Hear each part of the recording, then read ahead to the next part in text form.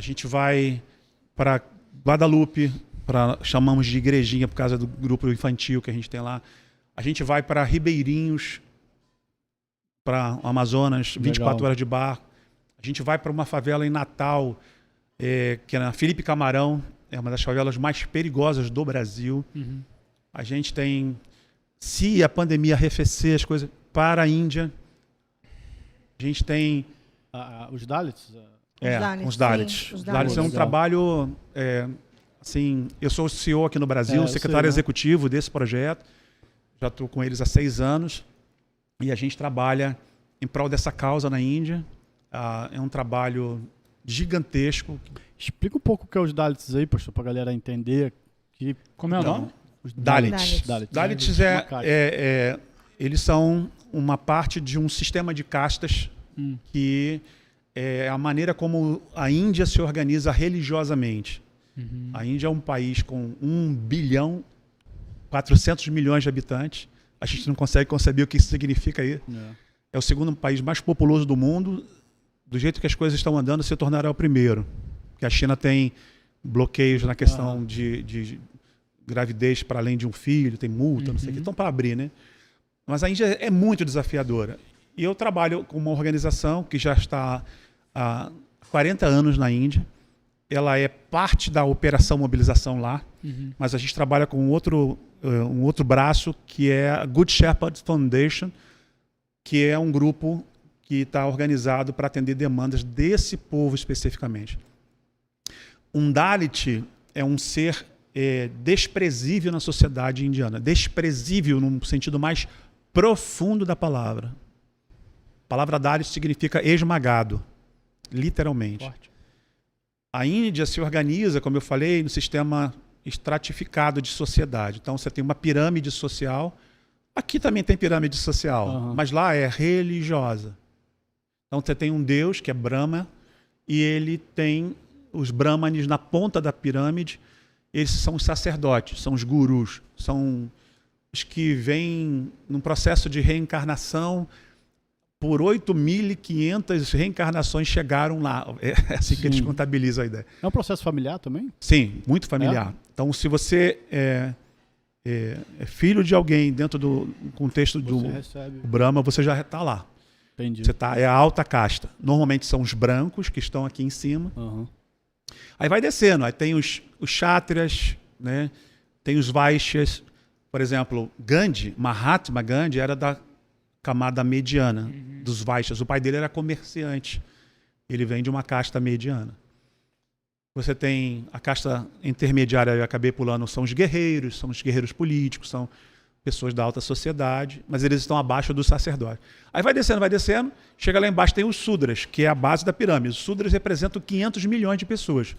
Esses são os artesãos, são os camponeses. E embaixo da pirâmide vem os Dalits. Entendi. Os Dalits são excluídos, porque eles são criados por Brahma para serem rejeitados. Eles são aqueles que nasceram para literalmente mexer onde ninguém mexe. Então são eles que mergulham nos esgotos, literalmente, sem equipamento nenhum. Mergulham. Caraca, pô. E eles vão lá e descem no esgoto para desentupir. Eles são os rotorrutas humanos. A cada 5 minutos na Índia morre uma pessoa nesse sistema de trabalho. São os varredores de rua. O trabalho da mulher Dalit normalmente é catar as fezes humanas nas vilas, retirar isso, enterrar, quando não tem sistema de esgoto. Saneamento, né? A gente não pode nem chamar de saneamento. É bem pior que isso. Não tem saneamento na maioria das vilas indianas. E vocês já foram lá? Já fizeram algum trabalho lá? Sim. E tem a gente vai 2 vezes por ano, em média, na Índia. Tá. E tem alguma história que te marcou muito lá nessa... Muitas histórias. Uma história assim que... Quando eu fui lá a primeira vez, eu tenho em mim assim, em minha oração, Deus me dá fome e sede de justiça, de Mateus 5. Legal. Porque se eu olho para você e vejo você vivendo uma injustiça e eu não me comovo, eu não me mobilizo para te atender, alguma coisa está errada em mim. Eu posso conectar gente, posso me esforçar. Então eu fui lá, e aí para conhecer o trabalho, a gente faz caravanas, né, para lá, que a gente chama de caravanas porque não vai lá evangelizar a área, a gente vai lá para conhecer o trabalho. Um trabalho solidificado. E aí dessas histórias todas que a gente ouviu, que nos remete ao que é o DFN, no caso é o Dignity Freedom Network, que é a rede de libertação e dignidade dos povos Dalits no sul da Ásia. Eles estão espalhados em outras regiões também, mas é na Índia especialmente. São bases, né? É. Então eles vivem uma comunidade, têm sobrenome, eles não podem se misturar socialmente, eles são impuros. A sombra de um Dalit contamina o outro. Então eles não andam na mesma calçada que as outras pessoas. E a história é de uma menina que, numa das nossas escolas, porque nós temos um projeto com 100 escolas, 26 mil crianças nessas escolas, todas Dalits. É um trabalho que começou lá atrás, com o apelo da liderança Dalit, que, como eu disse, são massacrados, literalmente. Eles tiveram um caso de 5 Dalits que morreram porque mexeram numa vaca morta para tirar o couro, para fazer instrumento.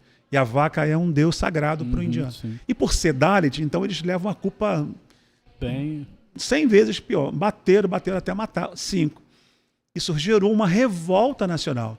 E eles chamaram os líderes religiosos e disseram: nós não queremos mais ser o que nós somos predestinados nessa religião. Eles chamaram os muçulmanos, chamaram os cristãos, chamaram os budistas e todas as outras religiões, algumas que vocês nunca ouviram falar aqui. E chamaram suas lideranças em conferências, em congressos, em encontros nacionais, uma revolução que foi provocada, e pediram: o Deus que você acredita pode nos tirar de onde nós estamos? Se ele tiver alguma coisa melhor do que a gente está vivendo aqui, a gente vai atrás dele. Aí os muçulmanos disseram dos seus credos e tal, os budistas, todo. O Joseph, que é o nosso líder fundador lá na Índia, ele estava nessa reunião, ele devolveu a pergunta: o que é que vocês gostariam que nós fizéssemos por vocês? E aí eles pedem 3 coisas. Deem escola para as nossas crianças. Um Dalit não pode estudar numa escola comum. Então não existe possibilidade de um Dalit casar com alguém da caixa de cima. Não, quem casa acontece, tá? É o caso do Joseph. Ele casou, ele é cristão, mas na sociedade... Você sai da casta. Você não desce. Permanece, você desce. Se você, Felipe, não sobe porque... tá aqui entendi. na caixa de cima, você casar com uma menina da caixa de baixo, você desce, ela nunca sobe. Um Dalit tem 2 crenças. Uns acreditam que podem entrar no sistema de reencarnação e um dia, quem sabe, chegar a ser alguma coisa. Há uma outra linha de crença que eles jamais terão, porque eles são predestinados eternamente para encarnar e reencarnar como desgraçados, como miseráveis. Eles valem menos que um cão na Índia. E aí, educação para os nossos filhos. Livrem as nossas mulheres do que acontece com a... De dia, uma mulher Dalit é intocável. À noite, ela é abusável. Não só à noite, por exemplo, a Índia tem um grave problema de saneamento básico. Muitas vilas não têm banheiros nas casas. Então, você tem um banheiro num canto que é comunitário. Então, uma mulher vai lá fazer suas necessidades e homens se escondem no mato e vão lá e abusam sexualmente. Isso é, assim, muito, muito na Índia.